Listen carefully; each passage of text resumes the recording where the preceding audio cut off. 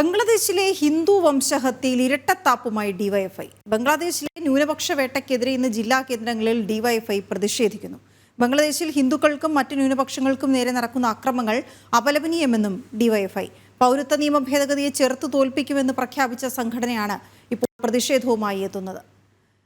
പ്രജിത് മോഹനൻ വിവരങ്ങളുമായി ചേരുന്നുണ്ട്. പ്രജിത്ത്, എന്താണ് അവരുടെ നിലപാട് യഥാർത്ഥത്തിൽ?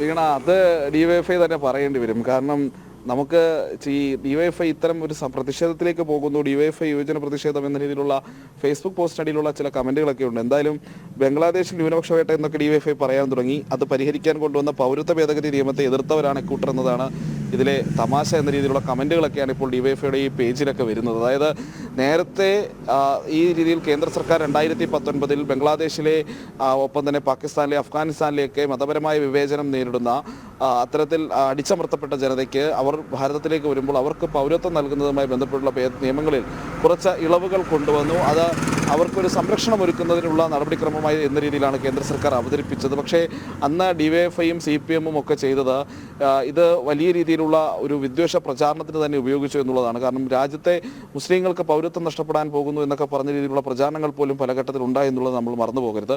അങ്ങനെ ആ രീതിയിലുള്ള വലിയ പ്രചാരണം നടത്തി.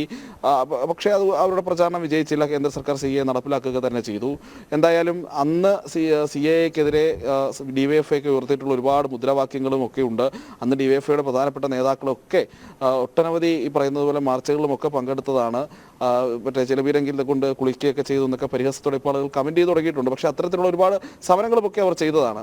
അന്ന് ഈ രീതിയിൽ ബംഗ്ലാദേശിലെ, ഇപ്പോൾ നമ്മൾ സ്പെസിഫിക്കലി പറയുമ്പോൾ ബംഗ്ലാദേശിലെ മതവിവേചനം നേരിട്ട് കൊണ്ടിരിക്കുന്ന, ജനസംഖ്യയിൽ വലിയ രീതിയിലുള്ള കുറവ് വന്നുകൊണ്ടിരിക്കുന്ന, ജീവിക്കാൻ കഴിയാത്ത സാഹചര്യത്തിലേക്ക് തള്ളിവിടപ്പെടുന്ന ബംഗ്ലാദേശിലെ ന്യൂനപക്ഷങ്ങൾക്ക് സംരക്ഷണം കൊണ്ടുവരാൻ, അല്ലെങ്കിൽ അവർക്ക് ഭാരതത്തിൽ അഭയം നൽകാൻ കൊണ്ടുവന്ന ഒരു നിയമ ഭേദഗതിയെ ഡിവൈഎഫ്ഐ ഇത്ര രൂക്ഷമായി എതിർത്തു. അതേ ഡിവൈഎഫ്ഐ തന്നെ ഇന്ന് ബംഗ്ലാദേശിലെ ന്യൂനപക്ഷ വേട്ടയെക്കുറിച്ച് പറയുന്നത് എന്തടിസ്ഥാനത്തിലാണ് എന്നുള്ളതാണ് പ്രധാനപ്പെട്ട ചോദ്യം വരുന്നത്. പ്രത്യേകിച്ച് ഒരു ഇരട്ടത്താപ്പ് ഇവരുടെ നിലപാടുകളിൽ ഉണ്ട് എന്നുള്ളത് നമ്മൾ പറയേണ്ടിയിരിക്കുന്നു. കാരണം അന്ന് ആ നിയമം പൂർണ്ണമായി നടപ്പിലാക്കുന്നതിനെ എതിർക്കുമ്പോൾ അന്ന് കേന്ദ്ര സർക്കാർ എന്താണോ ഉദ്ദേശിച്ചത്, ഈ ന്യൂനപക്ഷങ്ങളുടെ പ്രശ്നങ്ങൾ പരിഹരിക്കാൻ, ബംഗ്ലാദേശിലെ ന്യൂനപക്ഷങ്ങളുടെ പ്രശ്നങ്ങൾ പരിഹരിക്കാൻ തന്നെ ലക്ഷ്യമിട്ട് കേന്ദ്ര സർക്കാർ കൊണ്ടുവന്ന നിയമത്തെ എതിർത്ത് തോൽപ്പിക്കുമെന്ന് വലിയ രീതിയിലുള്ള പ്രചാരണ കോലാഹലങ്ങളൊക്കെ നടത്തിയിട്ടുള്ള ഡിവൈഎഫ്ഐ ഇന്ന് ഈ രീതിയിൽ ബംഗ്ലാദേശിലെ ന്യൂനപക്ഷ വേട്ടയെക്കുറിച്ച് പറയുമ്പോൾ അവരോട് ഉയർന്ന ചോദ്യങ്ങൾ, ഒന്ന്, കേന്ദ്ര സർക്കാർ കൊണ്ടുവന്ന CAA അത് ശരിയായ നിയമ ഭേദഗതി ആയിരുന്നു എന്ന് ഡിവൈഎഫ്ഐ പറയുമ്പോൾ, ബംഗ്ലാദേശിലെ ഹിന്ദു വംശഹത്യയിലെ ഡിവൈഎഫ്ഐയുടെ ഇരട്ടത്താപ്പാണ് ചർച്ച ചെയ്തുകൊണ്ടിരുന്നത്.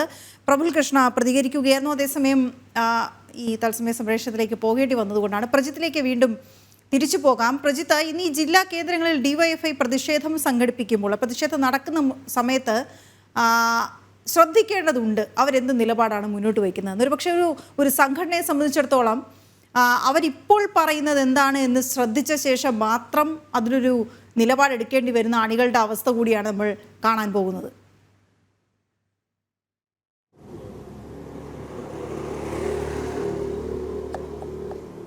എന്തായാലും ഈ നേതൃത്വത്തിൻ്റെ ഈ ഇരട്ടത്താപ്പ് എന്തായാലും അണികൾക്കിടയിൽ ചോദ്യം ചെയ്യപ്പെടും. കാരണം അന്ന് ഈ പൗരത്വ നിയമ ഭേദഗതിയെപ്പറ്റി ഇത്ര വലിയ കോലാഹലങ്ങൾ സൃഷ്ടിക്കാൻ ആഹ്വാനം ചെയ്ത നേതാക്കളൊക്കെ ഇന്ന് വീണ്ടും അതേ നിയമം കൊണ്ട് പരിഹരിക്കപ്പെടുന്ന ഒരു വിഷയത്തിൽ സമരം ചെയ്യുന്ന സാഹചര്യം ഉണ്ടാകുന്നു എന്നുള്ളതാണ് ഏറ്റവും ഈ വൈരുദ്ധ്യാത്മകമായ ഒരു നിലപാട് എന്നുള്ളത്. എന്തായാലും അതുമായി ബന്ധപ്പെട്ട് വലിയ ചർച്ചകളൊക്കെ എന്തായാലും പൊതുസമൂഹത്തിൽ വരുന്നുണ്ട്. പ്രത്യേകിച്ച് നവമാധ്യമങ്ങളിലാണ് ഡിവൈഎഫ്ഐയുടെ ഈ പോസ്റ്ററുകളൊക്കെ ഷെയർ ചെയ്തുകൊണ്ട് വലിയ രീതിയിലുള്ള ചർച്ചകളൊക്കെ നടക്കുന്നത്.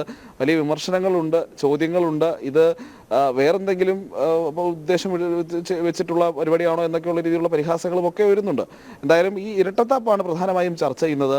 പൗരത്വ നിയമ ഭേദഗതിയെപ്പറ്റി രാജ്യത്ത് വലിയ രീതിയിലുള്ള മുറിവുകൾ ഉണ്ടാക്കുന്ന രീതിയിൽ വരെ ഡിവൈഎഫ്ഐയുടെ ഒക്കെ പ്രചാരണങ്ങൾ അതിന് വഴിവെച്ചു എന്ന് നമ്മൾ പറയേണ്ടിയിരിക്കുന്നു. കാരണം അത്ര വലിയ കോലാഹലങ്ങൾ ഉണ്ടാക്കി, അത്ര വലിയ വംശീയ വേട്ടയ്ക്ക് അല്ലെങ്കിൽ ന്യൂനപക്ഷ വേട്ടയ്ക്ക്, മുസ്ലിം വേട്ടയ്ക്കാണ് ഇതെല്ലാം ലക്ഷ്യമിടുന്നത് തുടങ്ങിയിട്ടുള്ള വലിയ ആരോപണങ്ങൾ ഡിവൈഎഫ്ഐയുടെ ഒക്കെ നേതൃത്വത്തിൽ ഉയർത്തി ഒരു ജനവിഭാഗത്തെ, ഒരു മതവിഭാഗത്തെ അടിച്ചമർത്താനുള്ള കേന്ദ്ര സർക്കാർ നീക്കമെന്നൊക്കെ വലിയ രീതിയിലുള്ള വ്യാജ പ്രചാരണങ്ങൾ ഡിവൈഎഫ്ഐയുടെ ഒക്കെ ഭാഗത്തു നിന്നുണ്ടായെന്നുള്ളൊരു യാഥാർത്ഥ്യമാണ്. അപ്പോൾ അത്ര ഗുണകരമാകുന്ന ഒരു ഇപ്പോൾ ഈ ബംഗ്ലാദേശിലാണെങ്കിൽ നമ്മൾ ബംഗ്ലാദേശിലെ കാര്യം വീണ്ടും വീണ്ടും എടുത്തു പറയുന്ന അത്ര വലിയ ഹിന്ദു വേട്ട ഈ അടുത്ത കാലങ്ങളിൽ അവിടെ വലിയ തോതിലായി എന്നുള്ളതാണ്. മറ്റു രാജ്യങ്ങളും അതേ പ്രശ്നങ്ങൾ നിലനിൽക്കുമ്പോൾ ബംഗ്ലാദേശിൽ അതിലൊരു ഭരണകൂടത്തിൻ്റെയും അല്ലെങ്കിൽ സൈന്യത്തിൻ്റെയും പട്ടാളത്തിൻ്റെയും ഒക്കെ സഹായത്തോടു കൂടിയുള്ള രീതിയിലേക്ക് അക്കാര്യങ്ങൾ മാറുന്നു എന്നുള്ളതാണ് ഇപ്പോൾ അവിടെ ഏറ്റവും വലിയ എടുത്തു പറയേണ്ടത്. ജമാഅത്തെ ഇസ്ലാമി പോലൊരു ഭീകര സംഘടനയ്ക്ക് വലിയ അഴിഞ്ഞാടാനുള്ള ഒരു അവസരം പോലും ഇപ്പോൾ ബംഗ്ലാദേശിൽ ഉണ്ട് എന്നുള്ളതാണ് ഏറ്റവും ശ്രദ്ധേയമായ കാര്യം. അപ്പോൾ അത്തരമൊരു സാഹചര്യത്തിൽ ബംഗ്ലാദേശിലെ ഈ പറയുന്ന രീതിയിൽ ജനങ്ങൾക്ക് വേട്ടയാടപ്പെടുന്ന ജനങ്ങൾക്ക്, അത് ഹൈന്ദവരാകട്ടെ, സിഖാകട്ടെ, ജൈനരാകട്ടെ, ബുദ്ധനാകട്ടെ, പാഴ്സിയാകട്ടെ,